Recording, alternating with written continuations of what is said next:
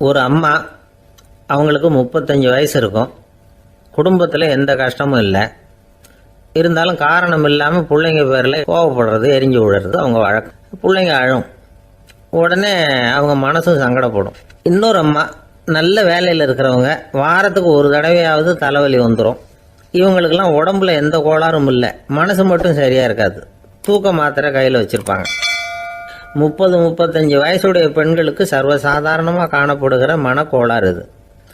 இதுக்கு பேர் மனவாட்டம், டிப்ரெஷன், மனமடிவு அப்படின்னு சொல்லலாம். இந்த நோய்க்கு அறிகுறி என்ன தெரியுமா? மனசில் வருத்தமான உணர்வு இருக்கும். அடிக்கடி அழலாம் போல தோணும். முன்னால் எல்லாம் எந்தெந்த செயலில் ஆர்வம் இருந்ததோ அதெல்லாம் குறைஞ்சிரும், அல்லது சுத்தமாகவே ஆர்வம் இல்லாமல் போயிடும். சில பெண்கள் இளம் வயசில் பக்கத்தில் இருக்கிறவங்க கிட்ட கலகலப்பாக பேசுவாங்க, வீட்டை அலங்கரிக்கிறதுல ஆர்வம் இருக்கும். இப்போ அதுலையெல்லாம் ஆர்வம் இல்லாமல் போயிடும். எந்த வேலை செஞ்சாலும் சீக்கிரம் களைப்பு அடைஞ்சுடுறது மாதிரி ஆகிடும். நமக்கு யாருமே உதவியாக இல்லை, நம்ம எல்லாரும் கை விட்டுட்டாங்க போல இருக்குதே அப்படிங்கிற உணர்வுலாம் உண்டாகும். தன்னைத்தானே குறை சொல்லிக்குவாங்க. நாம் தப்பு பண்ணிவிட்டோம் போல இருக்குதே அப்படின்னு தோணும். குற்றம் பண்ணிட்டதா நினச்சி கஷ்டப்படுவாங்க. பசி இருக்காது, தூக்கத்தில் தொந்தரவு இருக்கும். அடிக்கடி செத்து போடலாங்கிற உணர்வு வரும். தற்கொலை பண்ணிக்கலாங்கிற எண்ணம் உண்டாகும். சில பேர் தற்கொலை முயற்சியில் கூட ஈடுபடுவாங்க. சில பேருக்கு பலவிதமான உடல் வலிகள் இருக்கும், பலவீனம் இருக்கும், சீக்கிரமாக களைப்படைஞ்சு போடுவாங்க. இதெல்லாம் மனவாட்ட நோய்க்கான தன்மைகள். இந்த மனவாட்டம், அதாவது டிப்ரெஷனை 2 வகையாக பிரிக்கலாமா. ஒன்று தானாக உண்டாக்கிக்கிறது, இன்னொன்று எதிர் விளைவை உண்டு பண்ணுகிற அல்லது நரம்பு சம்பந்தப்பட்ட டிப்ரெஷன். தானாக உண்டாக்கிக்கிற மனவாட்ட நோய் இருக்கு பாருங்க, அதுக்கு ஏதாவது சூழ்நிலை காரணமாக இருக்கலாம், அல்லது இல்லாமலும் போகலாம். மூளையில் டொப்பாமைன் அல்லது செரட்டோனின் இதோட அளவு குறையும் பொழுது இந்த டிப்ரெஷன் உண்டாகுது. இதுக்கு ஓரளவு பிறவி காரணங்கள் கூட இருக்கலாம். குடும்பத்தில் வேறு சிலருக்கும் வரலாம். பாதிக்கப்பட்ட பெண்ணை பார்க்கறதுக்கு பலவீனமாக தெரியும், கடுமையான குற்ற உணர்வு இருக்கும், தனியாக இருக்கிறதுக்கு ஆசைப்படுவாங்க, நடு ராத்திரியில் எழுந்திரிச்சு உட்காந்து கஷ்டப்பட்டுக்கிட்டு இருப்பாங்க, கொடூரமான முறையில் தற்கொலை பண்ணிக்க முயற்சி பண்ணுவாங்க, தீ வச்சுக்கிறது, அமிலத்தை குடிக்கிறது, தூக்கில் தொங்குறது. இப்படி தானாக வரவழைச்சிக்கிற மனவாட்ட நோய் மறையக்கூடிய நோய். ஒரு தடவை வந்தால் 3லேருந்து 6 மாதம் வரைக்கும் நீடிக்கும். இடைப்பட்ட காலங்களில் நோயாளி இயல்பாக இருப்பார். எதிர் விளைவை உண்டு பண்ணுகிற அல்லது நரம்பு சம்பந்தப்பட்ட மனவாட்ட நோய் எப்படின்னா, கணவன் மனைவி, மாமியார் மருமகள், இப்படிப்பட்ட உறவு முறை பிரச்சனைகள், தோல்விகள், எரிச்சல்கள், ஆஃபீஸு பிரச்சனை, இப்படிப்பட்ட சூழ்நிலையால் உண்டாகிறது. எல்லாத்துக்கும் மருந்து இருக்குது, மார்க்கம் இருக்குது, கவலைப்பட வேண்டியதில்லை, தைரியமாக இருக்கணும். உளவியல் மருத்துவம் இதுக்கு ரொம்ப உபயோகமாக இருக்கும். சில பெண்களை பாருங்கள், அவங்க எதுக்கும் அலட்டிக்கிறது இல்லை. ஒரு அம்மா அப்படி தான் தன்னுடைய கணவனை அழைச்சிக்கிட்டு ஒரு மனநோய் மருத்துவர்கிட்ட வந்தாங்க. டாக்டர், எங்கள் வீட்டுக்காரர் திடீர்னு ஒரு மாதிரி ஆயிட்டார், வித்தியாசமாக நடந்துகிறார். எப்படின்னா, இவர் தன்னையே ஒரு ஒட்டடை பூச்சியாக நினச்சிக்கிட்டு இருக்கிறார். அப்படி நினச்சிக்கிட்டு தன்னுடைய தலையாலேயே வீட்டில் உள்ள ஒட்டடையெல்லாம் தொடச்சிக்கிட்டு இருக்கிறார் அப்படின்னாங்க. எவ்வளவு நாளாக அப்படி இருக்குதுன்னு கேட்டார் டாக்டர். 1 வாரம் அப்படி இருக்குது அப்படின்னாங்க அந்த அம்மா. அப்படின்னா முன்னாடியே ஏன் அழைச்சிட்டு வரல அப்படின்னு கேட்டார் டாக்டர். வீடு பூரா சுத்தமாகட்டுமேனு பார்த்துக்கிட்டு இருந்தேன் டாக்டர் அப்படின்னாங்களாம் அந்த அம்மா.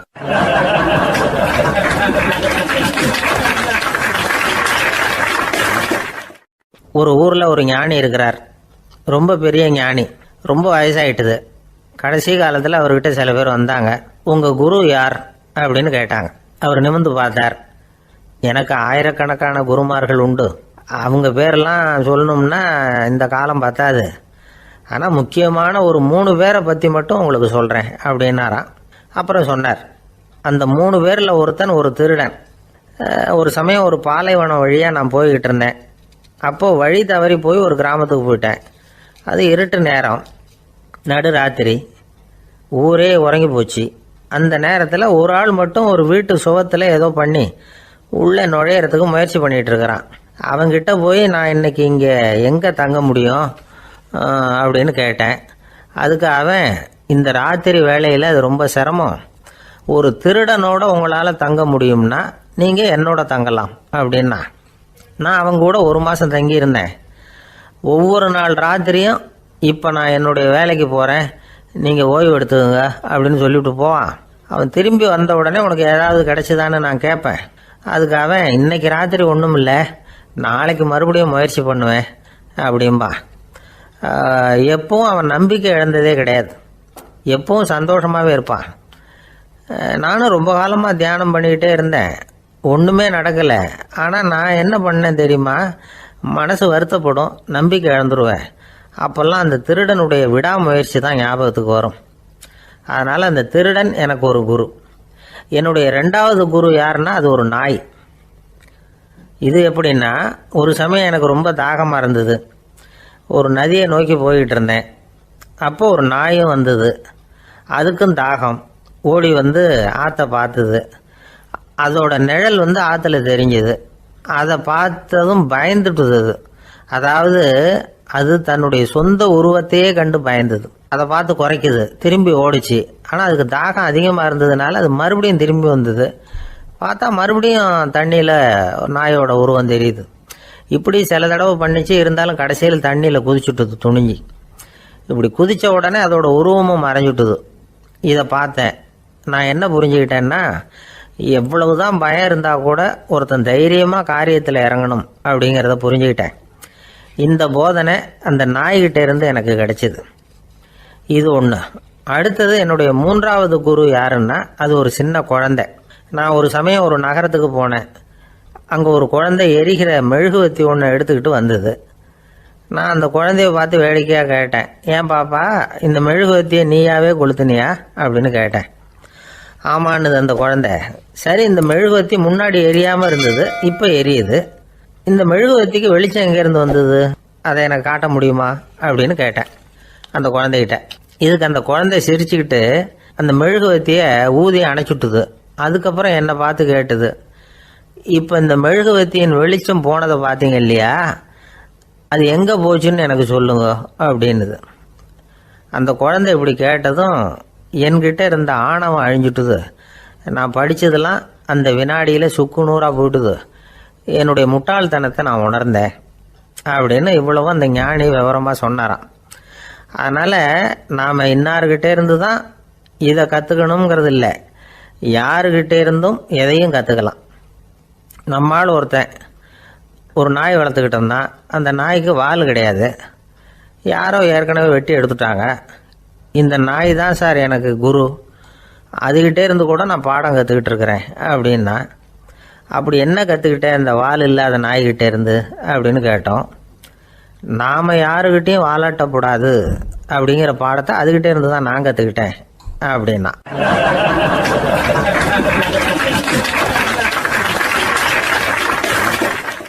இந்த உலகத்தில் எவ்வளவோ உயிரினங்கள் இருக்குது, ஒவ்வொன்றும் ஒவ்வொரு விதமாக சண்டை போடுது.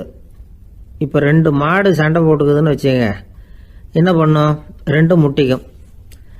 அதுக்கு சண்டை போடுறதுக்கு ஆயுதமாக உபயோகப்படுறது அதோட கொம்பு. 2 சேவல் சண்டை போட்டுக்குதுன்னு வச்சுங்க, அதுக்கு ஆயுதமாக உபயோகப்படுறது அதோட கால் நகம். காலால் தான் அது ஒன்றோட ஒன்று சண்டை போட்டுக்கும். ஆனால் 2 மனுஷன் சண்டை போட்டுக்கிறான்னு வச்சுங்க, இவன் இன்னதை தான் ஆயுதமாக உபயோகப்படுத்துவான்னு குறிப்பிட்டு சொல்ல முடியாது. கல்லை எடுப்பான், கத்தி எடுப்பான், துப்பாக்கி எடுப்பான், என்ன வேணாலும் பண்ணுவான். வாயால் திட்டுவான், கையால் அடிப்பான், காலால் உதைப்பான், சகலகலாக வல்லவன். விலங்குகள்லாம் பொதுவாக வாயை சாப்பிட்றதுக்கு மட்டும்தான் உபயோகப்படுத்துது. ஆனால் இவனுக்கு சாப்பிட்றதுக்கும் அதுதான், சாப்பிட்டு விட்டு திட்டுறதுக்கும் அதுதான். ஆனால் ஒரு விஷயத்தில் மட்டும் கெட்டிக்கிறேன். அதாவது நாம் சண்டை போட்டுக்கிட்டாலும் பரவாயில்லை, கோழிகள் சண்டை போடாமல் இருக்கணும் அப்படின்னு ஆசைப்படுறான். எதுக்காக? கோழிகள் சண்டை போடாமல் இருந்தால் நிறைய முட்டைகள் போடுமா, அதுக்காக தான் இந்த அக்கறை. கோழி பண்ணை வச்சிருக்கிறவங்களுக்கு இது ஒரு பெரிய பிரச்சனை. அதாவது பண்ணையில் இருக்கிற கோழிகளுக்குள்ளே அடிக்கடி சண்டை வந்துடும், அதனால் முட்டை உற்பத்தி குறைஞ்சிரும். சரி, இதுக்கு என்ன பண்ணுறது? பண்ணையில் போய் உட்காந்துக்கிட்டு தினமும் பஞ்சாயத்து பேசிகிட்டு இருக்க முடியுமா? அமெரிக்காவில் கோழி பண்ணை வச்சிருக்கிற ஒருத்தர் இதை பற்றி யோசனை பண்ணி பார்த்தாராம். ஒரு வழியையும் கண்டுபிடிச்சிருக்கார். கோழிக்கெல்லாம் மூக்கு கண்ணாடி மாட்டி விட்டுட்டோம்னா அது சண்டை போடுற குணம் குறைஞ்சிரும், முட்டை அதிகமாகிடும். அந்த கண்ணாடியில் உள்ள லென்ஸு சிவப்பு நிறத்தில் இருக்கணும், அவ்வளவுதான் அப்படின்னு அவர் கண்டுபிடிச்சாராம். இது ஏற்கனவே நடைமுறையில் கண்டுபிடிக்கப்பட்ட ஒரு விஷயம்.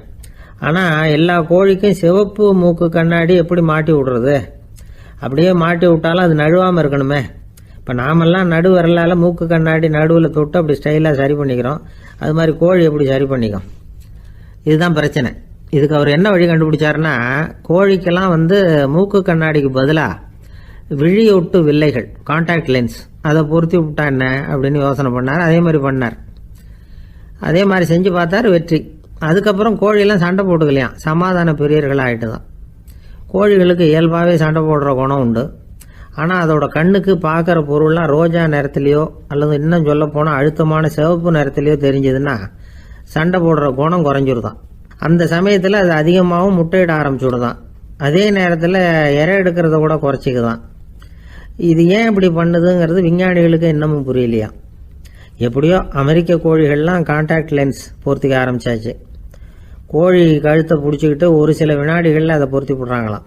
கோழியோட ஆயுள் பூரா அது அப்படியே இருக்குமா. பண்ணையில் முட்டை உற்பத்தி குறைஞ்சா இது மாதிரி விஞ்ஞானபூர்வமாக பரிகாரம் தேடுறது தான் நல்லது. நமக்கு வேண்டியப்பட்ட ஒருத்தர், அவர் ஒரு கோழி பண்ணை வச்சுருந்தார். அந்த பண்ணையில் பாதி கோழி திடீர்னு செத்து போச்சு. உடனே ஒரு கால்நடை மருத்துவர்கிட்ட போக வேண்டியது தானே. அங்கே போகல. உள்ளூரில் மந்திரம் பண்ணிகிட்டு இருந்த ஒரு சாமியார்கிட்ட போனார். அவர் காலில் விழுந்தார். சாமி, என் பண்ணையில் பாதி கோழி செத்து போட்டுதுன்னார். சாமியார் யோசனை பண்ணார். சரி, பண்ணையில் வாசப்படி கிழக்கு பக்கமாக வச்சுருக்கியா மேற்கு பக்கமாக வச்சுருக்கியான்னு கேட்டார். கிழக்கு பக்கமாக இருக்குன்னார் அவர். அதுதான் தப்பு, மேற்கு பக்கமாக அதை மாற்று சரியாக போடும்னாராம். அதே போல் இவர் போய் மாற்றிவிட்டார். அப்பவும் பாதி செத்து போச்சு. மறுபடியும் சொன்னார், சாமி மறுபடியும் பாதி கோழி செத்து போட்டுதேன்னார். சரி, கூரை எப்படி போட்டிருக்க? ஓடு போட்டிருக்கியா இல்லை கீத்து போட்டிருக்கியான்னார். ஓடு போட்டிருக்கேன்னாராம் அவர். அதுதான் தப்பு, அதை கீத்து போட்டுரும் சரியாக போடும்னாராம். சரின்னு போய் அதையும் மாற்றி பார்த்தார். மறுபடியும் போயிட்டுது, கோழி செத்து போச்சு. வந்தார். மறுபடியும் பாதி செத்து போச்சு சாமின்னு வந்தார். இவரும் யோசனையை மாற்றி மாற்றி சொல்லிகிட்டே இருக்கிறார். இப்படி அவரும் மாற்றி மாற்றி பார்த்தார். 6வது தடவையாக அவரை தேடிட்டு வந்தார். அந்த சமயத்தில் இவர் ரொம்ப தீவிரமாக யோசனை பண்ணி பார்த்துட்டு, அது சரிப்பா, நீ என்கிட்ட சளைக்காமல் வந்துக்கிட்டு இருக்கிற, நானும் யோசனை சொல்லிகிட்டு இருக்கேன். இப்பவும் உங்ககிட்ட சொல்கிறதுக்கு என்கிட்ட யோசனை நிறையா இருக்குது. ஆனால் சோதிக்கிறதுக்கு உங்ககிட்ட கோழி இல்லையே, என்ன பண்ணுறது அப்படின்னாராம் இவர்.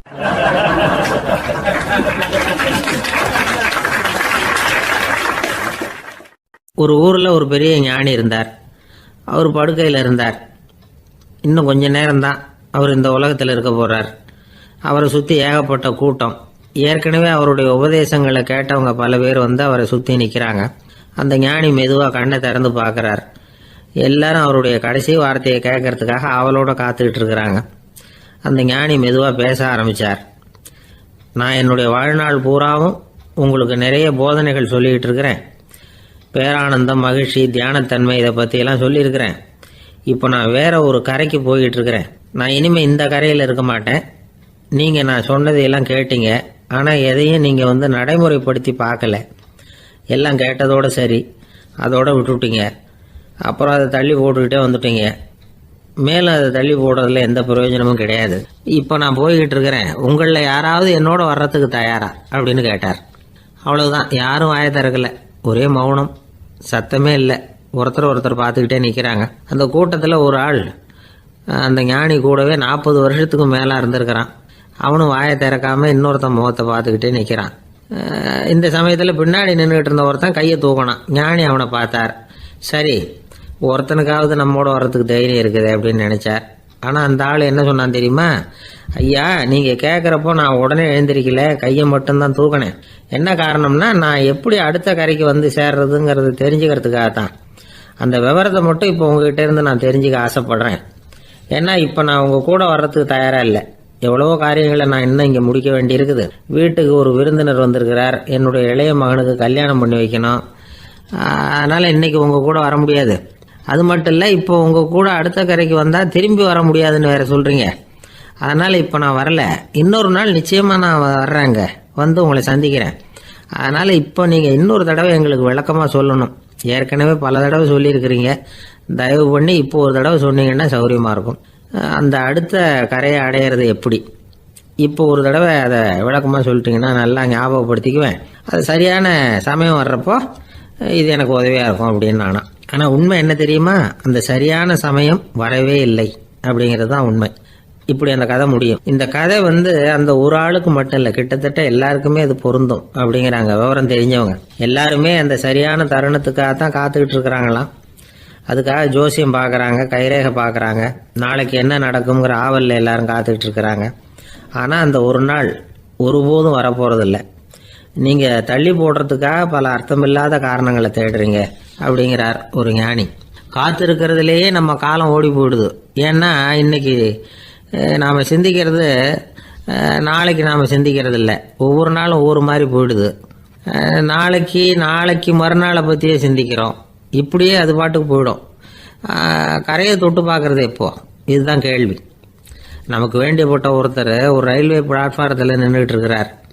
அங்கே இருக்கிறவங்க கிட்ட கேட்குறாராம், விசாரிக்கிறார், ஏங்க கிழக்க போகிற ரயில் போயிட்டுதுங்களான்னாராம். போயிட்டுதுன்னு இருக்கிறாங்க. கொஞ்ச நேரம் கழிச்சு ஏங்க மேற்க போகிற ரயில் போயிட்டுதுங்களான்னு கேட்டிருக்காரு. போயிட்டுதுங்களான் இருக்காங்க. அப்புறம் கொஞ்ச நேரம் கழிச்சு மறுபடியும் ஏங்க 10:30 மணி வண்டி போயிட்டுதான்னு கேட்டிருக்காரு. தொடர்ந்து காலையிலேருந்து சாயந்தரம் வரைக்கும் இப்படி ஒரே இடத்துல நின்றுட்டு கேட்டுக்கிட்டே இருக்கிறார். இதை பார்த்துக்கிட்டு இருந்த ஒருத்தர் அவர்கிட்ட ஏங்க நீங்கள் எங்கே போகணும் அப்படின்னு கேட்டாராம். இவர் மெதுவாக சொன்னாராம், இந்த ரயில்வே லைனை தாண்டி அந்த பக்கம் போகணும் அப்படின்னாராம்.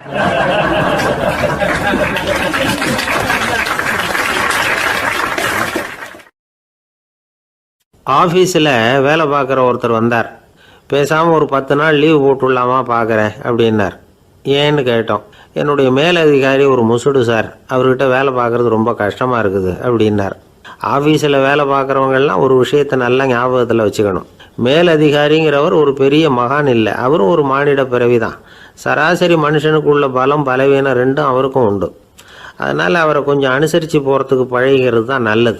மேலதிகாரிகளில் பல வகை உண்டு. அதில் முக்கியமாக 3 வகை. அதில் ஒரு வகை எப்படி தெரியுமா? உங்களை ஒரு வேலை செய்கிற மெஷினாக மட்டுமே நினைக்கக்கூடிய வகை. இவங்கெல்லாம் எப்படின்னா, எங்கேயாவது வெளியூர் போயிருந்தா கூட அங்கேருந்து ஃபோன் பண்ணுவாங்க, அந்த வேலை என்னாச்சு, இந்த வேலை என்னாச்சு அப்படின்னு. இவங்களுக்கெல்லாம் உங்கள் நலனை பற்றியோ உங்கள் குடும்பத்தை பற்றியோ அக்கறை இருக்காது. நீங்கள் சொல்கிற யோசனை எதுவும் இவங்ககிட்ட எடுபடாது. கொடுத்த வேலையை பாரு, நீ எனக்கு புத்தி சொல்ல வேணாம் அப்படிம்பாங்க. இவங்களை அனுசரித்து போகிறதுக்கு ஒரே வழி, இவங்க எதை சொன்னாலும் சரின்னு சொல்லிவிட்டு வேலையை கவனிக்க வேண்டியது தான். இவங்ககிட்ட வேற எந்த கேள்வியும் கேட்டுக்கிட்டு இருக்கக்கூடாது. ஆமாம் சாமி போடுறது கௌரவ குறைச்சல் இல்லை, அது ஒரு அலுவலக சௌகரியம், அவ்வளவுதான். இன்னொரு வகையான மேலதிகாரிகள் எப்படி தெரியுமா? இவங்கெல்லாம் ஆஃபீஸ் வேலையை பற்றி அதிகமாக கவலைப்பட்டுக்கிட்டு இருக்க மாட்டாங்க. தங்களுடைய சொந்த இமேஜ் பாதிக்கப்படக்கூடாதுங்கிறதுலையே கவனமாக இருப்பாங்க. இவங்கெல்லாம் அடிக்கடி உங்கள் நலனை விசாரிப்பாங்க. அதே மாதிரி நீங்களும் அவரை விசாரிக்கணும்னு எதிர்பார்ப்பாங்க. இந்த ரக அதிகாரிகளுக்கெல்லாம் புது வருட வாழ்த்து அனுப்பலாம், பிறந்தநாள் வாழ்த்து அனுப்பலாம். அவருக்கு எங்கேயாவது ஒரு பாராட்டு விழா நடந்தால் முதல் வரிசையில் போய் உட்காந்து உங்கள் முகத்தை காட்டலாம். ஆஃபீஸ் வேலையை மட்டுமே பார்க்குற பணியாளர்கள் இது மாதிரி அதிகாரிகள்கிட்ட நல்ல பேர் வாங்க முடியாது. இன்னொரு வகையான மேலதிகாரிகள் உண்டு. அவங்க எப்படின்னா, ஆஃபீஸ் வேலையை பற்றியும் கவலைப்பட மாட்டாங்க, தனக்கு கீழே வேலை பார்க்குறவங்கள பற்றியும் கவலைப்பட மாட்டாங்க. எக்காரணம் கொண்டும் தன்னுடைய பொசிஷனுக்கு ஆபத்து வந்துடக்கூடாதுன்னே நினைக்கக்கூடியவங்க இவங்க. இவங்களால் கடுமையான வேலை செய்யவும் முடியாது, தீர்மானிக்கவும் முடியாது. எந்த முடிவையும் எடுக்காமல் அப்படியே தள்ளி போட்டுக்கிட்டே போயிடுவாங்க எல்லாத்தையும். இதனால் என்ன ஆகும்னா, இவருக்கு கீழே வேலை பார்க்குற உங்களுக்கு பொறுப்பு அதிகமாகிடும். இவங்ககிட்ட போய் பிரச்சனையை மட்டும் சொல்லி பிரயோஜனம் இல்லை, அதுக்கான முடிவுகளை நீங்களே சொல்லணும். அப்போ தான் இது மாதிரி அதிகாரிகள்கிட்ட நல்ல பேர் வாங்கலாம். அட்லீஸ்ட் கெட்ட பேர் வாங்காமலாவது காலம் தள்ளலாம். ஆஃபீஸில் வேலை பார்க்குறவங்க முக்கியமாக சில விஷயங்களை ஞாபகத்தில் வச்சுக்கணும். ஆஃபீஸில் நடக்கிற நல்லது கெட்டது எதுவாக இருந்தாலும் உடனடியாக மேலதிகாரிகிட்ட தெரிவிக்கிறது நல்லது. 3வது மனிதர் மூலமாக அதை அவர் தெரிஞ்சுக்கிறது அவ்வளவு நல்லதில்லை. எந்த மேலதிகாரியுமே தான் இந்த சர்பாஸ் செய்யப்படுறத விரும்புறதில்லை. அதனால் அவருக்கு தெரியாமல் மேலிடத்துக்கு மணி எழுதி போடக்கூடாது. அப்படி எழுதி போடுறவங்க சில பேர் இருக்கிறாங்க. நீங்களும் உங்கள் மேலதிகாரியும் தொழில் ரீதியாக ஒரே படிப்பு படித்தவராக இருக்கலாம். அப்படி இருந்ததுன்னா அட்ஜஸ்ட் பண்ணி போகிறது கொஞ்சம் கஷ்டம்தான். இதை மனசில் வச்சுக்கிட்டு நடந்துக்கணும். உங்களுக்கும் அவருக்கும் அபிப்பிராய பேதமா, அது அவருக்கும் உங்களுக்கும் உள்ள தனிப்பட்ட பிரச்சனை. அதை விளம்பரப்படுத்திக்கிட்டு இருக்கக்கூடாது, அது அவருடைய கோபத்தை கிளறும். உங்கள் மேலதிகாரி உங்கள் கூட படித்தவராக இருக்கலாம், அதுக்காக அவர் எல்லாருக்கும் முன்னாடி அடைய கிச்சாமி எப்படிடா இருக்க அப்படின்லாம் கேட்டுக்கிட்டு இருக்கக்கூடாது. பொதுவாக யாரும் அதை விரும்புறதில்லை. இவ்வளவையும் உங்கள் மனசில் வச்சுக்கிட்டு கொஞ்சம் சாமர்த்தியமாக நடந்துக்கிட்டிங்கன்னா ஆஃபீஸ் உங்களுக்கு அவஸ்தையாக இருக்காது, ஆனந்தமாக இருக்கும். ஒரு மேலதிகாரி தன்கிட்ட வேலை பார்க்குற ஒருத்தரை பற்றி ரொம்ப பெருமையாக சொன்னாராம். எங்கள் ஆஃபீஸில் எவ்வளவோ பேர் வேலை பார்க்குறாங்க. எல்லாரும் தினமும் வந்து ஏதாவது பிரச்சனைகளை சொல்லிகிட்டு இருப்பாங்க. ஆனால் இவர் ஒருத்தர் மட்டும்தான் இது வரைக்கும் என்கிட்ட வந்து எந்த பிரச்சனையும் சொன்னதே இல்லை. அவர் பாட்டுக்கு வருவார், வேலை பார்ப்பார், போயிடுவார் அப்படின்னாராம். நான் உடனே அவ்வளவு பெருமைக்குரிய அந்த ஊழியரை பார்த்து கேட்டேன், ஏன்பா உன்னுடைய மேலதிகாரிகிட்ட நீ எந்த பிரச்சனையும் கொண்டுகிட்டு போகிறதே இல்லையாமே அப்படின்னு கேட்டேன். அதுக்கு அவர் சொல்கிறாரு, ஆமாங்க, அது ஏன்னா அவரால் எந்த பிரச்சனையுமே தீர்க்க முடியாதுங்கிறது எனக்கு நல்லா தெரியும், அதனால் அப்படி செய்கிறேன், வேற ஒன்றும் இல்லை அப்படின்னார் ரொம்ப பொறுமையாக.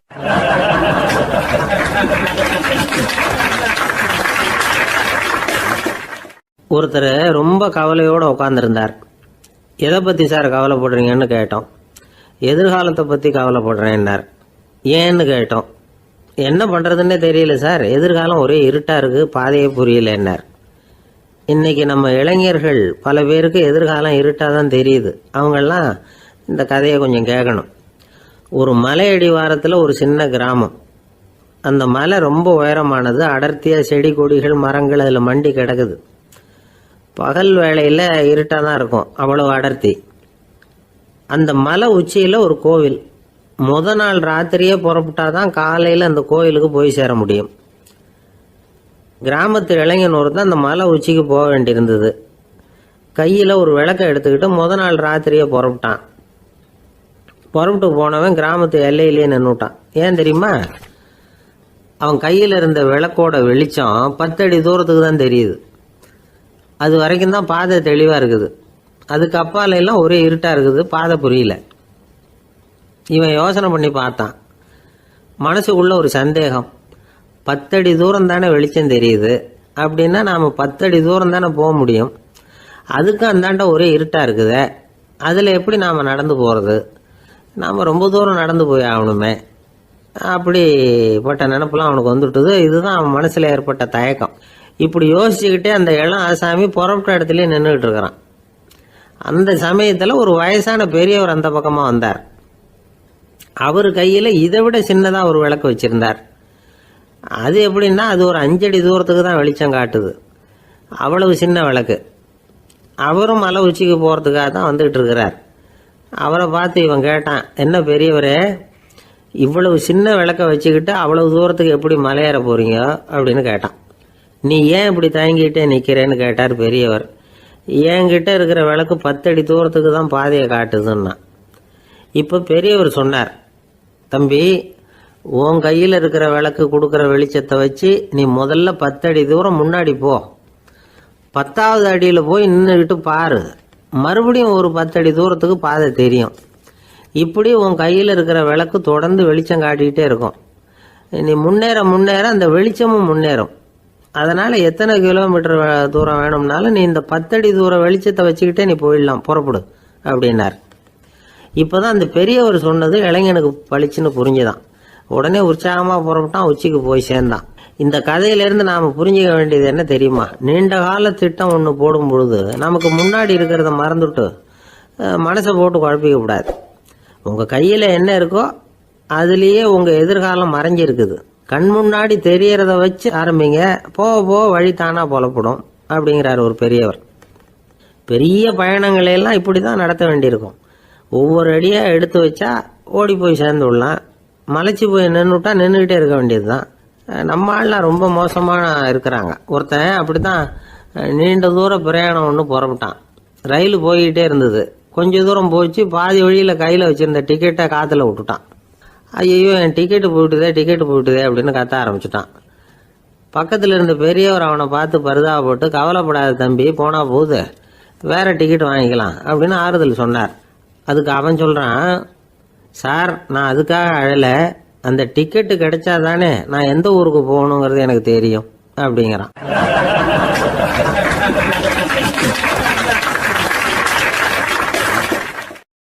ஒரு நண்பர் யாருக்கோ ஃபோன் பண்ணிட்டு இருந்தார். அவர் பேசி முடிச்சதும் நான் அவரை பார்த்து, இப்போ ஃபோன் பண்ணீங்களே, அந்த ஃபோன் நம்பர் என்ன அப்படின்னு கேட்டேன். அவர் தலையை சொரிஞ்சுக்கிட்டார், ஞாபகம் வரலன்னார். சரி சார், அதை விடுங்க, உங்கள் மனைவி பேர் என்ன அப்படின்னு கேட்டேன். மாலதின்னார். என்ன சார் இது வேடிக்கை, கொஞ்ச நேரத்துக்கு முன்னாடி பேசின ஃபோன் நம்பர் மறந்து போச்சு. எப்போவோ கல்யாணம் பண்ணிக்கிட்ட மனைவி பேர் மறக்கலை, அதை கரெக்டாக சொல்லிவிட்டீங்களே அப்படின்னு கேட்டேன். அவர் என்ன ஒரு மாதிரியாக பார்த்தார். அவர் அப்படி என்னை பார்த்ததில் ஒன்றும் தப்பு இல்லை. ஏன்னா நாம் எல்லாருமே அப்படித்தானே. ஒரு குறிப்பிட்ட காரியத்துக்காக தொலைபேசியில் ஒருத்தட்ட பேசுகிறோம். அதுக்கப்புறம் அந்த எண் நமக்கு அனாவசியம், அதனால் மறந்துடுறோம். இதுக்கு பேர் தான் தற்காலிக ஞாபகம். ஆனால் மனைவி பேரை மறந்துட முடியுமா? முடியாது. அது அவசியமான ஒன்று. அடிக்கடி அந்த பேரை உபயோகப்படுத்துகிறோம். அதனாலேயும் அது முக்கியங்கிறதுனாலேயும் அதை மறக்கிறது இல்லை. இதுக்கு பேர் நிரந்தர ஞாபகம். சரி, இந்த தற்காலிக ஞாபகம், நிரந்தர ஞாபகம், இது ரெண்டு ஞாபக அளவுகளையும் கட்டுப்படுத்துறது எது அப்படின்னா மூளைக்குள்ள நடக்கிற மின்சார நடவடிக்கைகள் தான். தற்காலிக ஞாபகம் ஒரு மின்னல் மாதிரி தோன்றி மறையுது. நிரந்தர ஞாபகம் ஒரு படிவம் போல மூளையில படிஞ்சுடுது. ஒரு சம்பவத்தின் பல பிரதிகள் மூளையில பல்வேறு பகுதிகளிலேயும் படியறதுனால ஒன்னு மறைஞ்சாலும் மறந்தாலும் இன்னொன்னு மறையறதில்லை. இப்படிப்பட்ட நிலைமையில தான் தொண்டையில இருக்கு, வாயில வரமாட்டேங்குது சார் அப்படிமா. ஒருத்தருக்கு எந்த துறையில ஆர்வமும் ஈடுபாடும் அதிகமோ அது சம்பந்தமான ஞாபக சக்தி அதிகமா இருக்கும். தொழிலை விரும்புகிற ஒரு டெலிபோன் ஆபரேட்டருக்கு எண்கள்லாம் நல்ல ஞாபகம் இருக்கும். அது மாதிரி கவிஞர்களுக்கு வார்த்தைகள் நல்ல ஞாபகத்தில் இருக்கும். இது ஒரு பக்கம் இருந்தாலும் ஒரு மூளை எண்களை விட எழுத்துக்களை விட படங்களை ரொம்ப சுலபமா ஞாபகத்தில் வச்சுக்குது. புரிஞ்சுக்கிற தன்மை, அனுபவம், புத்தி கூர்மை இது கூடி குறையிறத பொறுத்து ஞாபக சக்தியும் ஏறும் இறங்கும். இப்போ உதாரணத்துக்கு ஒரு பையனுக்கு படித்தது எதுவும் ஞாபகத்தில் இல்லைன்னா அவன் அதை சரியாக புரிஞ்சுக்கலன்னு அர்த்தம். இந்த மறதிங்கிறது எந்த சமயத்தில் ஒரு பிரச்சனை ஆகுது தெரியுமா? உங்களுக்கு வேண்டியப்பட்ட ஒருத்தரை ஞாயிற்றுக்கிழமை சாயந்தரம் சரியாக 5 மணிக்கு கடற்கரைக்கு வர சொல்லிவிட்டு அந்த நேரத்தை மறந்துட்டா அது பரவாயில்ல, வர சொன்னதையே மறந்துட்டாதான் நிலைமை மோசம்னு அர்த்தம். இப்படி இருந்தால் இது சிகிச்சை எடுத்துக்க வேண்டிய நிலைமைங்கிறத புரிஞ்சுக்கணும். ஆமாம், இதுக்கும் மருந்து இருக்கு. ஆனால் மூளை குறிப்பிட்ட அளவுக்கும் கீழே இயங்குறப்போவோ இன்னொன்று சொல்லுவாங்க, இந்த நியூரோ டிரான்ஸ்மிட்டர் அப்படின்னு சொல்லுவாங்க. அப்படிங்கிற மூளை ரசாயனம் ரொம்பவும் குறைஞ்சி போகிறப்போ மட்டும்தான் உபயோகப்படும். டாக்டர் என்ன சொல்கிறாங்க தெரியுமா? மூளையை பொறுத்த வரைக்கும் அதில் ஞாபக சக்தி அதிகமாக உள்ள மூளை, மறதி உள்ள மூளை அப்படின்னு ஒன்றும் கிடையாது அப்படிங்கிறாங்க. நினைவு வச்சுக்கிறதுக்கு பயிற்சி அளிக்கப்பட்ட மூளை, பயிற்சியற்ற மூளை அப்படின்னு வேணும்னா சொல்லலாம் அப்படின்னு சொல்கிறாங்க. அதனால நம்ம ஞாபக சக்திங்கிறது நம்ம கிட்ட இருக்கிற பயிற்சி, முயற்சி இதை பொறுத்து தான் அமையும். ஒருத்தர் ஒரு பென்சிலை எங்கேயோ வச்சுக்கிட்டு தேடிக்கிட்டு இருந்தார். அப்புறம் என்னமோ தீவிரமா யோசனை பண்ணி அதை ஞாபகப்படுத்தி பார்த்துக்கிட்டு இருந்தாராம். எதிரில் உட்காந்துருந்தவர் சொன்னார், பென்சிலை தானே தேடிக்கிட்டு இருக்கீங்க, அது உங்க வலது காதில் இருக்குது சார் அப்படின்னாராம் அவரு. இதுக்கு அவரு சொல்லியிருக்காரு, பென்சிலை வலது காதில் தான் வச்சிருக்கேங்கிறது எனக்கு நல்லா ஞாபகம் இருக்கு, ஆனா எது வலது காதுங்கிறது தான் மறந்து போச்சு அப்படின்னாராம். அவர் அதை தான் யோசிச்சுட்டு இருந்திருக்கிறார்.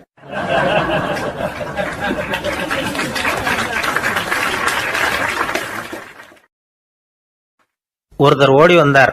இன்னொருத்தரை பார்த்து, சார் உங்க சைக்கிளை ஒரு நாள் இரவல் கொடுங்களேன், பக்கத்து ஊருக்கு போயிட்டு வர வேண்டியிருக்கு அப்படின்னார்.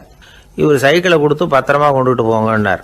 சார் இதை பத்திரமா கொண்டு போறேன், கவலையே வேணாம், ஏன்னா இது உங்களோட சைக்கிள் அப்படின்னு நான் நினைக்கல, என்னோட சைக்கிளா நினைக்கிறேன் அப்படின்னார். அதுக்கப்புறம் தான் இவருக்கு உண்மையாகவே பயம் வந்துட்டுது. ஏன்னா அவர் சொன்னது மாதிரி அதை தன்னோட சைக்கிளாகவே நினச்சி தள்ளிட்டு போட்டா என்ன பண்ணுறது?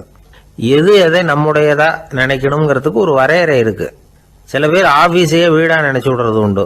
அப்படிப்பட்டவங்க கூட வீட்டை ஆஃபீஸாக நினைக்கிறது இல்லை.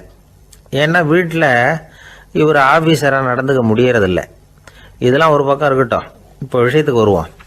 பொறியியல் மேதை டாக்டர் விஸ்வேஸ்வரய்யா இருந்தார் இல்லையா, பாரத ரத்னா விருதெல்லாம் கொடுத்தாங்களே. ஆஃபீஸ் வேலை வேற, சொந்த வேலை வேற அப்படிங்கிறதுக்கு ஒரு உதாரணமாக இருந்தவர் அவர். மைசூர் மகாராஜா கிட்ட திவானா இருந்தார். அவர் ஒரு நாள் அரசாங்க வேலை காரணமாக வெளியூர் போயிருந்தார். ஹாசன்கிற ஊருக்கு பக்கத்தில் ஒரு பயண மாளிகை, அங்கே தங்கிவிட்டார். ராத்திரி அங்கே தங்கி இருந்துட்டு விடிஞ்சதும் ஊருக்கு திரும்புறதாக திட்டம். ராத்திரி தூங்குறதுக்கு ரொம்ப நேரம் ஆயிட்டுது. ரொம்ப நேரம் வரைக்கும் அரசாங்க சம்பந்தப்பட்ட வேலைகளையே பார்த்துக்கிட்டு இருக்கிறார். அரசாங்க ஃபைல்கள் நிறைய இருந்தது. அதையெல்லாம் ஒவ்வொன்றா எடுத்தார், படித்து பார்த்தார், பரிசீலனை பண்ணார். அதில் எழுத வேண்டியதை எழுதினார், கையெழுத்து போட்டார். ஒரு வழியாக அந்த வேலையெல்லாம் முடிஞ்சுது. அதுக்கப்புறம் என்ன பண்ணார்னா, தன்னுடைய சூட்கேஸை திறந்தார். அதிலிருந்து 2 மெழுகுவத்தியை எடுத்து கொளுத்தி வச்சார். அந்த பயண மாளிகையில் அது வரைக்கும் எரிஞ்சுக்கிட்டு இருந்த மின்சார விளக்குகளை அணைச்சுட்டார். அதுக்கு பிறகு அந்த மெழுகுவத்தி வெளிச்சத்தில் சில புத்தகங்களை தொடர்ந்து படிக்க ஆரம்பிச்சிட்டார். அந்த பயண மாளிகையில் பணியாளராக இருந்தவர் இதை பார்த்துட்டு ஓடி வந்தார். மறுபடியும் மின் விளக்கு போடுறதுக்காக போனார். விஸ்வேஸ்வரையா அதை பார்த்துட்டு போட வேணாம்ட்டாராம். இது வரைக்கும் நான் அரசாங்க அலுவல்களை கவனிச்சுக்கிட்டு இருந்தேன், அதனால மின் விளக்குகள் அப்போ எரிஞ்சதுல தப்பு இல்லை. இப்போ நான் புத்தகம் படிச்சுக்கிட்டு இருக்கேன், இது என்னுடைய சொந்த வேலை. இங்கே இருக்கிற மின் விளக்கு அதுக்காக ஏன் எரியணும் அப்படின்னு கேட்டாராம். இப்போ இருக்கிற சில அரசு பணியாளர்கள்கிட்ட இந்த சம்பவத்தை பேச்சோட பேச்சா சொல்லி பார்த்தேன். அவங்களால இதை ஜீரணிக்கவே முடியல. நேர்மை தேவைதான் சார், அதுக்காக அவ்வளவு தூரத்துக்கு அது தேவையா அப்படிங்கிறாங்க. விஸ்வேஸ்வரையா அப்படி பண்ணினது தான் ஒரு நேர்மையாளர் அப்படின்னு இந்த உலகத்துக்கு நிரூபிக்கணுங்கிறதுக்காக இல்லை. தான் அப்படி நடந்து காட்டினா தன்னை சுற்றி இருக்கிறவங்களும் அதை கேள்விப்படுறவங்களும் முடிஞ்ச அளவுக்கு பொது வாழ்க்கையில் அரசு பணியில் நேர்மையை கடைபிடிக்க முயற்சி பண்ணலாமே அப்படிங்கிறதுக்காகத்தான். இப்போவும் சில பேர் இருக்கிறாங்க, இவங்க ஆஃபீஸ் வேற வீடு வேறன்னு நினைக்கிறது இல்லை, அவ்வளோ உரிமை. ஒருத்தர் அப்படிதான், அவருக்கு அவசரமாக 5000 ரூபா தேவைப்பட்டது, ஆஃபீஸ் பணத்தை எடுத்துக்கிட்டார். அந்த நேரம் பார்த்து ஆடிட் வந்துட்டுது, ஆப்பிட்டுக்கிட்டார். விசாரணை நடக்குது. அவர் சொல்றார், சார் நான் நேரம் காலம் பார்க்காம ஆஃபீஸில் வேலை செய்வேன், ஏன்னா அதை என்னோட ஆஃபீஸாக நினைக்கிறேன். அவசரத்துக்கு அந்த பணத்தை எடுத்தேன், மறுபடியும் வச்சுடலாம்னு தான் இருந்தேன், அதுக்குள்ளே இப்படி ஆகிட்டுது. நீங்கள் என்ன நினச்சாலும் சரி, நான் ஆஃபீஸ் வேற வீடு வேற அப்படின்னு நினைக்கிறது இல்லை, அது என்னோட சுபாவம் அப்படின்னார். விசாரணை பண்ணவர் தீர்ப்பு வழங்கினார். உங்கள் சுபாவத்துக்கு மதிப்பு கொடுத்து நானும் தீர்ப்பு வழங்குறேன். நீங்கள் கொஞ்ச நாள் ஜெயிலில் இருந்துட்டு வாங்க, அது உங்களுக்கு கஷ்டமாக இருக்காதுன்னு நினைக்கிறேன். ஏன்னா அங்கே போனாலும் நீங்கள் உங்கள் சுபாவப்படி வீடு வேற ஜெயில் வேறன்னு நினைக்க மாட்டீங்க அப்படின்னாராம்.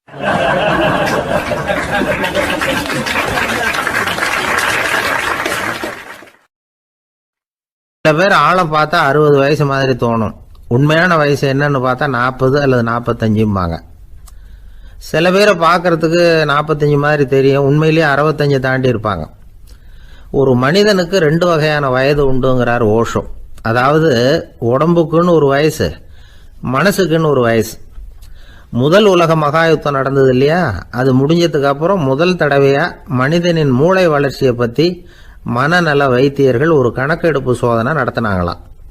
அது வரைக்கும் மனிதனுக்கு 2 வகையான வயது உண்டுன்னு யாரும் சிந்திச்சதே இல்லையா. அந்த உலக மகாயுத்தம் முடிஞ்சதுக்கு அப்புறம் மனிதனுடைய சராசரி மனதின் வயதை கணக்கிட்டு பார்க்கும் பொழுது அவங்களுக்கெல்லாம் ரொம்ப அதிர்ச்சியாக இருந்துதான். ஏன்னா அது ரொம்ப பின்தங்கிய நிலையில் இருந்திருக்கு, வளர்ச்சி அடையாத நிலையில் இருந்திருக்கு. அவங்க கண்டுபிடிச்ச பிரகாரம் அப்போ மனசோட சராசரி வயசு என்ன தெரியுமா, 14.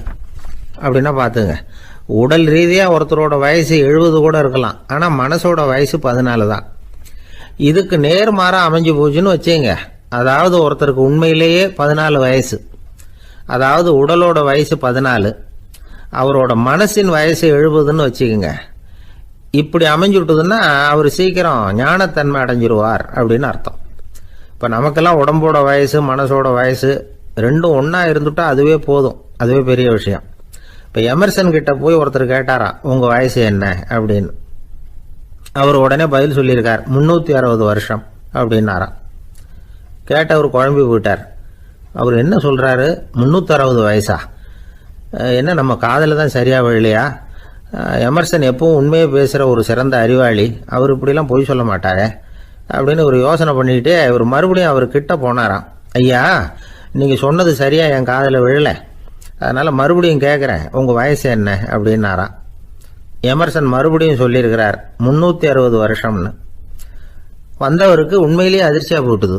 அதுக்கப்புறம் மெதுவாக ஆரம்பித்தாராம். ஐயா நீங்கள் சொல்கிறத என்னால் ஏற்றுக்க முடியாது, எப்படி பார்த்தாலும் இப்போ உங்களுக்கு வயசு ஒரு 60க்கு மேலே இருக்காதுன்னு நினைக்கிறேன் அப்படின்னாராம். நீங்கள் சொல்கிறது சரிதான், அது என் உடம்போட வயசுன்னாராம் எமர்சன். அப்படின்னா ஏற்கனவே நீங்கள் சொன்னது அப்படின்னு கேட்டிருக்காரு, அது என் மனசோட வயசு அப்படின்னாராம். நம்மளை பொறுத்த வரைக்கும் அறிவு தூசு படிஞ்சிருக்கு, அது மாதிரியே அன்பும் மாசுபட்டிருக்கு. இது ரெண்டையும் சுத்தம் பண்ண வேண்டியிருக்குது, அப்போ தான் நாம் சரியான வயசில் வாழ முடியும்.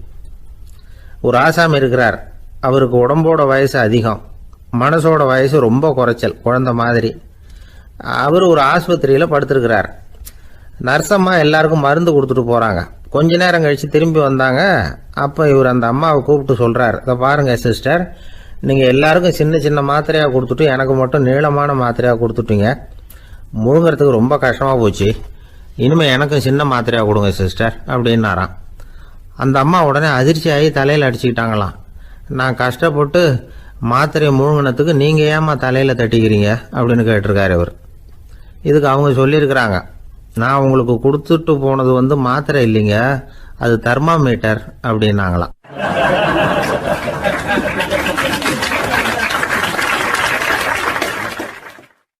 ஒரு நண்பர் சினிமா படம் தயாரிக்கிறவர், அவர்கிட்ட ஒரு நாள் பேசிக்கிட்டு இருந்தேன். அது எப்படி சார் நீங்கள் எடுக்கிற எந்த படமும் கையை கடிக்காத அளவுக்கு எடுத்துடுறீங்களே, அது எப்படின்னு கேட்டேன். அது ஒன்றும் பெரிய விஷயம் இல்லை சார், பெண்களுக்குன்னு சில உருக்கமான காட்சிகள், இளைஞர்களுக்குன்னு சில நடனங்கள், அடிதடி காட்சிகள், அப்புறம் வயசானவங்களுக்குன்னு சில ஆன்மீக காட்சிகள், சின்ன பிள்ளைங்களுக்கு சிரிப்பு, இப்படி எல்லாமும் சேர்த்து நான் படம் எடுக்கிறேன். மசாலா படம்னு பேர். இது ரொம்ப பெருசாக இல்லைன்னாலும் ஓரளவுக்கு சுமாராக ஓடிடும், கையை கடிக்காது அப்படின்னார். இது ஒரு உத்தி. சில பத்திரிகை ஆசிரியர்களும் இந்த உத்தியை கையாளுறது உண்டு. இந்த உத்திக்கு பார்னம் உத்தி அப்படின்னு பேர், பார்னம் எஃபெக்ட் அப்படின்னு சொல்லுவாங்க. அதாவது ஃபீனியஸ் டி பார்னம் அப்படின்னு ஒருத்தர் அமெரிக்காவில் இருந்தாராம். அதாவது 19ஆம் நூற்றாண்டில் அமெரிக்காவில் கொடிகட்டி பறந்த ஒரு சர்க்கஸ் நிறுவனத்தின் அதிபர் அவர். இந்த உலகத்தில் ஒவ்வொரு நிமிஷமும் ஒரு ஏமாளி பறந்துக்கிட்டே இருக்கிறான் அப்படிங்கிறது அவருடைய சித்தாந்தம். ஒவ்வொருத்தரையும் திருப்திப்படுத்துகிற அளவுக்கு அம்சங்களை கொஞ்சம் கொஞ்சமாக கலந்து கேளிக்கை நிகழ்ச்சிகளை நடத்தினது தான் அவருடைய மகத்தான வெற்றிக்கு காரணம். அதனால் அந்த உத்தியை யார் கடைப்பிடிச்சாலும் சரி, அதுக்கு பார்னம் உத்தி அப்படின்னு பேர் வந்துட்டுது. ஜோசியம் சொல்கிறவங்களுக்கும் இந்த உத்தி தான் கை கொடுக்குது. ஒரு விஷயத்தை ஒருத்தருடைய கோள் நிலைகள் அல்லது கையெழுத்து நிரூபிக்கிறதாக அவர்கிட்ட சொன்னால் அதை அவர் நம்பிவிடுவார். ஆனால் அந்த விஷயம் நல்லதாக இருக்கணும், நேர்மையானதாக இருக்கணும், அதாவது பாசிட்டிவாக இருக்கணும். 8ஆம் இடத்துல குரு, 9ஆம் இடத்துல சனி, நீங்கள் ஒரு பெரிய மேதை தான் அப்படின்னு சொல்லுவாங்க. கேட்குறவங்களுக்கு அதை மறுக்கிறதுக்கு மனசு வராது. அப்படி சொல்லும் பொழுது கூடவே என்ன கொஞ்சம் முன்கோபம் அதிகமாக இருக்கும், இருந்தாலும் அது உடனே மறைஞ்சிரும் அப்படின்னு சில அற்ப விஷயங்களையும் சொன்னாலும் அதையும் சரிதான்னு சொல்லி ஒத்துக்குவாங்க. ஆளுமையை எடை போடுகிற ஒரு நிறுவப்பட்ட உத்தியின் மூலமாக தன்னுடைய குணாதிசயங்கள் கண்டுபிடிக்கப்பட்டதாக அவர் நம்புறது தான் இதுக்கு காரணம். இந்த மாதம் பணத்தட்டுப்பாடு கொஞ்சம் இருக்கும், உடம்புல ஏதாவது கொஞ்சம் அசௌகரியம் இருக்கும், வீட்டுக்குள்ளே லேசாக மனஸ்தாபம் வரலாம், இது மாதிரி பொதுப்படையாக சிலதை சொன்னாலே போதும், மக்களை நம்ப வச்சுடலாம். இதெல்லாம் நமக்கு மட்டும்தான் ஏற்படுது அப்படின்னு சொல்லி அவங்க நினைக்கிறது தான் காரணம். இதுதான் பார்னம் உத்திங்கிறது. மனிதர்கள் பாராட்டுகளை விரும்புகிறதும் விமர்சனங்களை வெறுக்கிறதும் பார்னம் உத்தியின் அடுத்த கூறு. அதனால் ஒருத்தருக்கு ஜோசியம் சொன்னாலும் சரி, அவருடைய ஆளுமையை மதிப்பிடுறதாக இருந்தாலும் சரி, அவரை புகழற மாதிரி இருந்தாலும் சரி, அப்படி இருந்தால் தான் அது சரியாக இருக்கும். சாதகமான விஷயங்களை அதிகமாகவும் பாதகமான விஷயங்களை நாசூக்காகவும் சொன்னால் மக்கள் அதை நம்பிவிடுவாங்க. ஒருத்தரை கருமின்னு சொன்னால் ஏற்றுக்க மாட்டார். அதையே கொஞ்சம் மாற்றி நீங்கள் கொஞ்சம் சிக்கனமான ஆசாமி அப்படின்னு சொன்னால் நீங்கள் சொல்கிறது சரிதான் சார் அப்படிம்பார். நீங்கள் பெரிய செலவாளி தான், இருந்தாலும் நல்ல விஷயங்களுக்கு தான் செலவழிப்பீங்க அப்படின்னு சொல்லணும். இப்படி இந்த பார்னம் உத்தியை கடைபிடிச்சி இன்னைக்கு வெற்றிகரமாக காலம் தள்ளுறவங்க நிறைய பேர் இருக்கிறாங்க. இந்த உலகத்தில் ஒவ்வொரு நிமிஷமும் ஒரு ஏமாளி பறந்துக்கிட்டே இருக்கிறான் அப்படிங்கிறது தான் ஃபீனியஸ் பார்னம் அவர்களுடைய நம்பிக்கை. அதை விட அடுத்தவங்களை ஏமாளியாக நினைக்கிற மனுஷர்கள் தான் இன்னைக்கு உலகத்தில் ரொம்ப அதிகம். ஒருத்தர் தன்னுடைய மேல் அதிகாரிகிட்ட போய், ஐயா ஒரு நாள் லீவு வேணும், என் தங்கச்சிக்கு கல்யாணம் அப்படின்னார். அவரு பார்த்தார், ஒரு 10 நிமிஷம் வெளியில் இருங்கன்னார். 10 நிமிஷம் கழித்து கூப்பிட்டார், இதை பாருங்க, நீங்கள் சொல்கிறது பொய், இப்போ உங்கள் தங்கச்சிக்கு ஃபோன் பண்ணேன், அவங்க தனக்கு 2 வருஷத்துக்கு முன்னாடியே கல்யாணம் ஆகிட்டதாக சொல்கிறாங்க அப்படின்னார். உடனே இவர் சொன்னார், சார் இப்போ நீங்கள் சொல்கிறதும் பொய்யாக தான் இருக்கணும், ஏன்னா நிஜமாக எனக்கு ஒரு தங்கச்சியே கிடையாது அப்படின்னார்.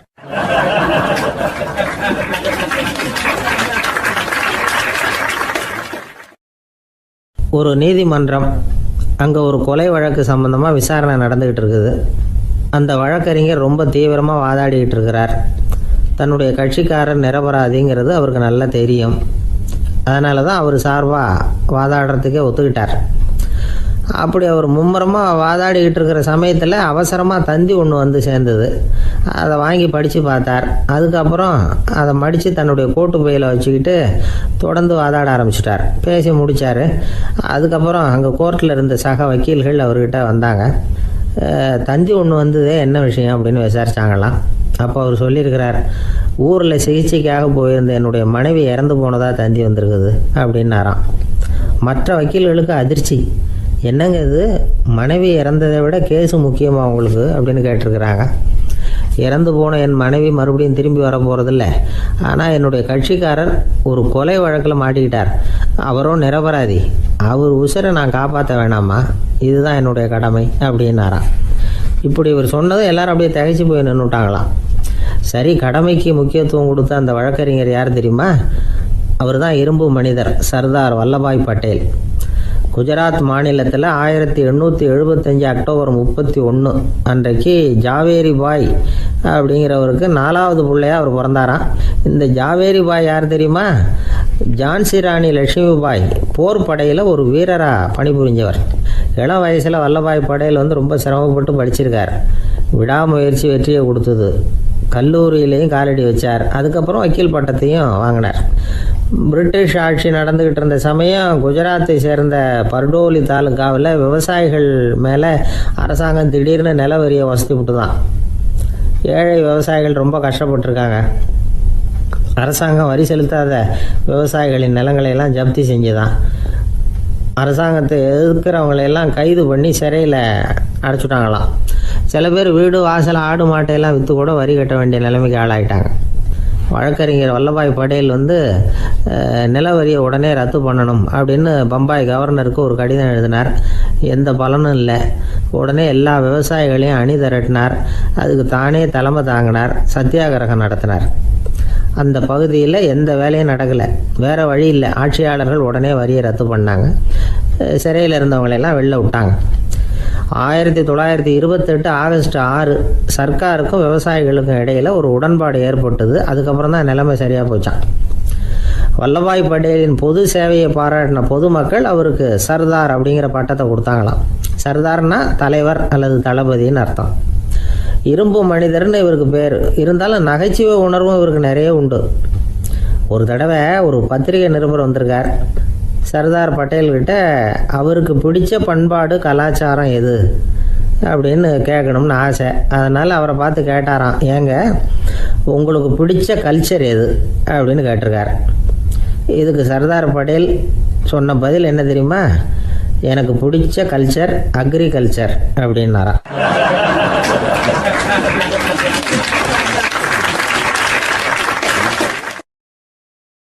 ஒரு சராசரி மனிதனுடைய இயல்பு என்ன?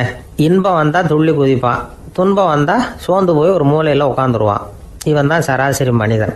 ஆனால் ஒருத்தன் இன்பம் வந்தால் அதுக்காக மகிழ்ச்சி அடையிறதில்ல, துன்பம் வந்தால் அதுக்காக சோர்ந்து போகிறதில்ல அப்படின்னு வச்சுக்கோங்க. அப்படி இருந்தால் அவன் சாதாரண ஆள் கிடையாது. ஒரு ஊரில் ஒரு ஞானி இருந்தார்.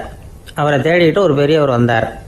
ஐயா, ஞானத்தில் சிறந்த ஞானம் எது அப்படின்னு கேட்டாராம். இதுக்கு அந்த ஞானி என்ன பதில் சொன்னார் தெரியுமா? இன்பத்தினால மகிழ்ச்சி அடையாமலும் துன்பத்தினால சோர்வு அடையாமலும் இருக்கிறது தான் அந்த ஞானம், பெரிய ஞானம் அப்படின்னாராம். சரி சுவாமி, அப்படிப்பட்ட ஞானம் உங்களுக்கு எப்படி வந்ததுன்னு கேட்டிருக்காரு இவர். அதை நான் ஒரு கழுதைகிட்ட இருந்து கற்றுக்கிட்டேன் அப்படின்னாராம் அவர். இவருக்கு ஒன்றும் புரியல. ஒரு மாதிரியாக முழிச்சிருக்கிறார். இதை அவர் புரிஞ்சுக்கிட்டார். நீங்கள் நாளைக்கு காலையில் நம்முடைய ஆசிரமத்துக்கு வாங்க, புரிய வைக்கிறேன்னாராம். சரின்னு அவர் போயிட்டார். மறுநாள் காலையில் ஆசிரமத்துக்கு வந்து சேர்ந்தார். ஞானி அவரை கூப்பிட்டு உட்கார வச்சார். வாங்க, வந்து இப்படி உட்காருங்க, கொஞ்சம் நேரத்தில் இந்த வழியாக ஒரு கழுதை போகும், அதை கவனித்து பாருங்கன்னாராம். இவருக்கு இன்னமும் ஒன்றும் புரியாமல் போச்சு. ஒரே குழப்பம். இருந்தாலும் அந்த ஞானி சொன்னது மாதிரியே உட்காந்துருக்கிறார். கொஞ்சம் நேரத்தில் இந்த வழியாக ஒரு கழுதை போச்சு. அது முதுக நிறைய அழுக்கு மூட்டைகள், அதை சுமந்துக்கிட்டு போகுது. ஒரு செலவு தொழிலாளி அதை ஓட்டிகிட்டு போகிறார். கொஞ்சம் தூரத்தில் ஒரு ஆறு இருக்குது. அங்கே போய் துணியெல்லாம் சுத்தப்படுத்திக்கிட்டு சாயந்தரமாக திரும்பி இந்த வழியாகவே வருவாங்க. ஞானி சொன்னது மாதிரியே இந்த பெரியவர் அழுக்கு மூட்டையை சுமந்துக்கிட்டு போகிற அந்த கழுதையை கவனித்தார். கழுதை போயிட்டுது. அதுக்கப்புறம் ஞானியை திரும்பி பார்த்தார். இப்போ அந்த ஞானி சொன்னார், சாயந்தரம் வரைக்கும் நீங்கள் இங்கேயே இருக்கணும்னார். அதே மாதிரி இவர் இருந்தார். சாயந்தரமாக அந்த ஞானி சொன்னார், ஐயா, இப்போ கொஞ்ச நேரத்தில் அந்த கழுதை இந்த வழியாக திரும்பி வரும், அதையும் கவனித்து பாருங்கன்னார். இவரும் கவனித்து பார்க்குறார். கழுதை வந்தது. அது முதுகில் சலவை செய்யப்பட்ட துணி மூட்டை. அது பாட்டுக்கு சுமந்துக்கிட்டு போய்கிட்டு இருக்குது. பெரியவருக்கு ஒன்றும் புரியல, பொறுமை இழந்துட்டார். சரி சுவாமி, இந்த கழுதைக்கும் உங்கள் ஞானத்துக்கும் என்ன சம்பந்தம் அப்படின்னார். இப்போ அந்த ஞானி விளக்கினார். ஐயா, இந்த கழுதை இதே மாதிரி தினமும் காலையில் அழுக்கு மூட்டைகளை சுமந்துக்கிட்டு ஆற்றுக்கு போகுது, மாலையில் வெண்மையான சுத்தமான துணிகளை சுமந்துக்கிட்டு திரும்பி ஊருக்கு போகுது. காலையில் இது போகும்பொழுது முதுகில் அழுக்கு மூட்டைகளை சுமந்துக்கிட்டு போகிறோமேங்கிற வருத்தமும் அதுக்கு கிடையாது. சாயந்தரம் திரும்பி வரும்பொழுது சுத்தமான துணிகளை சுமந்துக்கிட்டு வர்றோமேங்கிற மகிழ்ச்சியும் அதுக்கு இல்லை. இதை பார்த்து தான் நானும் அது மாதிரி ஞானத்தை கற்றுக்கிட்டேன் அப்படின்னாராம். அதனால் யார் கற்றுக் கொடுக்குறாங்க அப்படிங்கிறத விட எதை கற்றுக்கிறோம் அப்படிங்கிறது தான் முக்கியம்.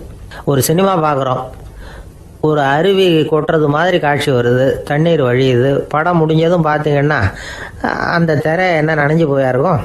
ஒரு தீப்பிடிச்சு எரியிற காட்சியே சினிமாவில் பார்க்குறீங்க, காட்சி முடிஞ்சதும் அந்த வெண் திரையே கருகி போயா இருக்கும்.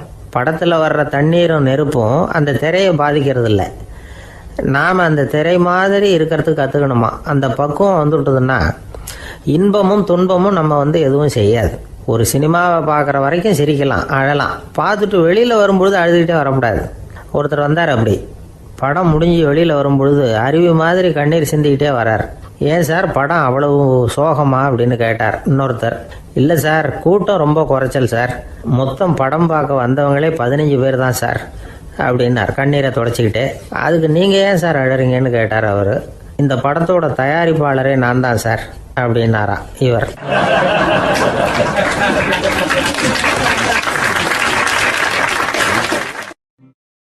ஒரு நண்பர் வந்தார். ரொம்பவும் இறுக்கமாக உடை அணிஞ்சிருந்தார். அதாவது ஆடைக்குள்ளே அவர் மாட்டிக்கிட்டு இருந்தது மாதிரி தெரிஞ்சது. ஏன் துணி குறைச்சலாக எடுத்துட்டீங்களா அப்படின்னு கேட்டோம். இல்லைங்க, எனக்கு எப்போவுமே இறுக்கமாக உடை அணிகிறது தான் பிடிக்கும் அப்படின்னார். ஒருத்தர் எப்படி உடை அணிகிறார் அப்படிங்கிறத வச்சு அந்த ஆள் எப்படிப்பட்டவர் அப்படிங்கிறத கண்டுபிடிச்சிடலாம். உடை அணிகிற விதம் ஒருத்தருடைய மனநிலையை வெளிப்படுத்துதான். இப்போ இறுக்கமான உடை அணிகிறவங்க பொதுவாக மன நிம்மதி இல்லாதவங்களாக இருப்பாங்களாம், கோபக்காரங்களாக இருப்பாங்களாம். ரொம்ப தொலைதொலைப்பாக ஆடை அணிகிறவங்க இருக்கிறாங்கல்ல, அவங்கெல்லாம் அமைதியான ஆளாக இருப்பாங்களாம், சாந்தமாக இருப்பாங்களாம். இவங்கெல்லாம் போராடுறதுக்கு சரியாக வரமாட்டாங்களாம். இப்படி ஒரு கணிப்பு இருக்குது. அதனால தான் போர் வீரர்களுக்கெல்லாம் இறுக்கமான உடையை தான் கொடுக்கறது வழக்கம். ஆனால் சன்னியாசிகளை பாருங்கள், அவங்களுக்கெல்லாம் ரொம்ப தொலை உடைகள் தான். அவங்கெல்லாம் டைட் பேண்ட் போட்டுக்கிட்டு நிற்க மாட்டாங்க சன்னியாசிகள்லாம். அதே மாதிரி சன்னியாசிகள்லாம் காவி உடைய தேர்ந்தெடுக்கிறதுக்கும் காரணம் உண்டு. பல ஆண்டுகள் சோதனை செஞ்சு பார்த்துட்டு தான் சன்னியாசத்துக்கு காவி தான் சரி அப்படின்னு முடிவு பண்ணியிருக்கிறாங்க. இப்போ பௌதீக விஞ்ஞானப்படியும் அதுதான் சரி. அதாவது சூரிய ஒளியில் 7 வண்ணங்கள் உண்டு. ஒரு பொருள் மேலே அது விழும்பொழுது அந்த பொருள் நமக்கு சிவப்பாக தெரிஞ்சதுன்னா அந்த பொருள் சிவப்பை தவிர மற்ற எல்லா நிற கதிர்களையும் உள்வாங்கிக்கிட்டு சிவப்பு நிறத்தை மட்டும் வெளியில் விடுது. அதாவது விலக்கி விடுது. அதனால தான் அந்த பொருள் சிவப்பாக தெரியுது. உடல் ஆரோக்கியத்துக்கு ஓரளவு சிவப்பு தேவைப்படுது. அதனால தான் காவி உடை அணிஞ்சால் சூரிய ஒளி ஓரளவு சிவப்பை விலக்கிவிடும். அதாவது சிவப்பின் பலனும் கிடைக்கும், இந்த சிவப்பின் கெடுதலும் இல்லை அப்படின்னு யோசனை பண்ணாங்க. காவி உதய வேளையின் நிறம். கீழ் வானத்தில் கதிர் உதிக்கிற வேளையில் முதல் ஒளி தோன்றுகிற நேரத்தில் காவி நிறம் தான் கசியும். தியானம் செய்கிறப்போ முதல்ல காணக்கூடிய ஒளி காவி நிறம் தான். தியானத்தின் உச்ச நிலையின் நிறம் நீலம். தியானம் காவி நிறத்தில் ஆரம்பமாகி நீல நிறத்தில் நிறைவடைகிறது அப்படிங்கிறார் ஓஷோ. நீலம் தியான சிகரம், காவி தியான ஆரம்ப குறியீடு, ஒரு சன்னியாசியின் ஆரம்ப தரிசனம் அப்படிங்கிறார் அவர். ஒருத்தர் நாள் பூரா காவி உடைய அணிஞ்சிருந்தா அந்த நிறம் அவருக்கு தியானத்தை பற்றிய நினைவை ஊட்டிக்கிட்டே இருக்கும். இப்படியே ஆடைக்கும் தியானத்துக்கும் இடையில ஒரு தொடர் ஏற்படுது. ஒரு துறவியின் உள்ளார்ந்த பண்பாக அது மாறுது. கடை வீதியில் ஒரு பொருள் வாங்க போகிறோம், அது மறந்துடக்கூடாதுங்கிறதுக்காக ஞாபகம் முடிச்சு போட்டுக்கிறோம். அந்த முடிச்சுக்கும் பொருளுக்கும் தொடர்பு இல்லை. ஆனால் கடை வீதிக்கு போன உடனே அந்த முடிச்சு அந்த பொருளை ஞாபகப்படுத்துது. அதாவது அந்த முடிச்சு ஒரு தொடர்பு அம்சமாக அமையுது. அது மாதிரி தான் காவி உடையும். ஒரு துறவி நடக்கும் பொழுது, சாப்பிடும் பொழுது, குளிக்கும் பொழுது அவருடைய காவி உடை அவருக்கு ஞாபகப்படுத்திக்கிட்டே இருக்கும். அது ஒரு நிலைப்படுத்தப்பட்ட நினைவாக ஞாபகம் முடிச்சாக மாறிடுது. காவி ஆடை இல்லைன்னா ஒருத்தரால் துறவியாக முடியாதுன்னு அர்த்தம் இல்லை. அதே நேரத்தில் காவி ஆடையால் ஒன்றும் பிரயோஜனம் இல்லை, அதில் ஒன்றும் அர்த்தம் இல்லை அப்படின்னு சொல்லிட முடியாது. இதுதான் உண்மை. இவ்வளவு தூரம் காவி ஆடையை பற்றி சொல்கிறதுனால எல்லாரும் சன்னியாசியாக போயிடுங்கோ அப்படின்னு நாம் சொல்கிறதாக யாரும் நினச்சிடக்கூடாது. மனசுக்கும் நிறத்துக்கும் உள்ள சம்பந்தத்தை தெரிஞ்சுக்கிறதுக்காக தான் இவ்வளவும். நமக்கு தெரிஞ்ச நண்பர் ஒருத்தர் இருக்கிறார், ஆஃபீஸில் வேலை பார்க்குறவர். ஒவ்வொரு மாதமும் 20ஆம் தேதிக்கு பிறகு அவரை போய் பார்த்தீங்கன்னா காவி உடை அணிஞ்சிக்கிட்டு கண்ணை மூடிக்கிட்டு கை ரெண்டையும் விரித்து வச்சுக்கிட்டு தியானத்திலேயே உட்காந்துருப்பார். ஏன் இப்படி பண்ணுறீங்கன்னு கேட்டேன். அதாவது 20ஆம் தேதிக்கு பிறகு என் கையில் ஒரு பைசா கூட கிடையாது, ஒரு சன்னியாசி லெவலில் இருக்கிறேன், என்கிட்ட எதுவும் செலவுக்கு கேட்காத அப்படின்னு என் மனைவிக்கு நான் சூக்காக உணர்த்துறதுக்காக அப்படி உட்காந்துருப்பேன் அப்படின்னு விளக்கம் கொடுக்குறார் அவர்.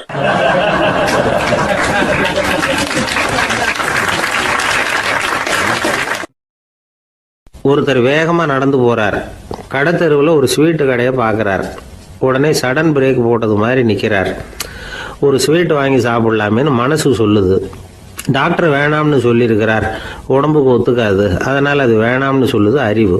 இவர் மனசு சொல்கிறத கேட்கல, அறிவு சொல்கிறபடி கேட்குறார். அதனால் மறுபடியும் வேகமாக அங்கேருந்து நடந்து போயிடுறார். அவர் நல்ல மனுஷனுக்கு அறிவும் இருக்குது, உணர்ச்சியும் இருக்குது. எதுக்கு எடுத்தாலும் உணர்ச்சி வசப்பட்டுக்கிட்டு இருக்கக்கூடாது, அறிவு வசத்தில் நாம் இருக்கணும். அப்போ தான் நாம் நல்லபடியாக வாழ முடியும். இல்லைன்னா அவஸ்தை தான். மகாபாரதத்தில் சந்தனுன்னு சொல்லி ஒரு அரசன் வர்றான். அவன் ஒரு சமயம் அறிவு வசப்படாமல் உணர்ச்சி வசப்படுறான். அதாவது ஒரு நாள் கங்கை கரையில் ஒரு அழகான பொண்ணை பார்க்குறான். இவனுடைய மனசு அவகிட்ட போயிடுது. அவளை கல்யாணம் பண்ணிக்கிறதுக்கு ஆசைப்படுறான். அந்த பொண்ணு சரின்னு சம்மதிக்கிறா. ஆனால் ஒரு நிபந்தனை போடுறா. அந்த நிபந்தனைக்கு சம்மதம்னு சொன்னாதான் உன்னை கல்யாணம் பண்ணிக்குவேன்னு சொல்றா.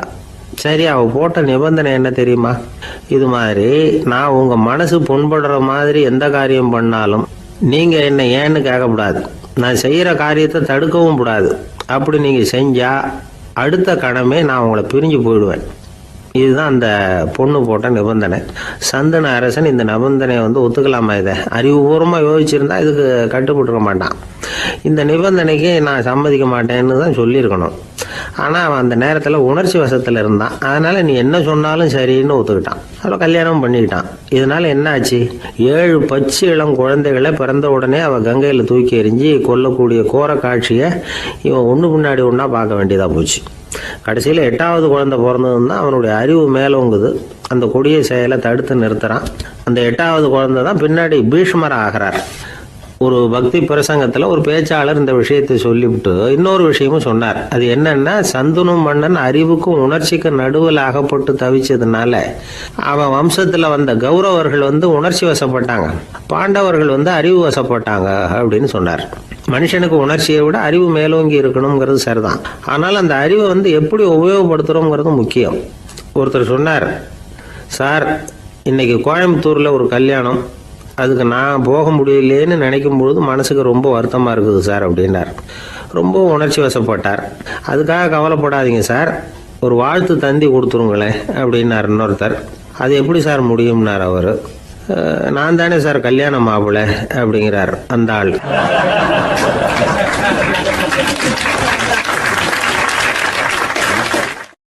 ஒரு சின்ன பையன் என்னை தேடிட்டு ஓடி வந்தான். ஒரு கதை சொல்லுங்கன்னா, சொந்தமாக எதுவும் தெரியாத என்ன, உங்களுக்கு சொந்தமாக எதுவும் தெரியாதுன்னு எனக்கும் தெரியும் அப்படின்னா. இந்த பையன் அடிக்கடி என்கிட்ட கதை கேட்குறவன், அதனால் என்னோட ரகசியம்லாம் அவனுக்கு அத்துப்படி.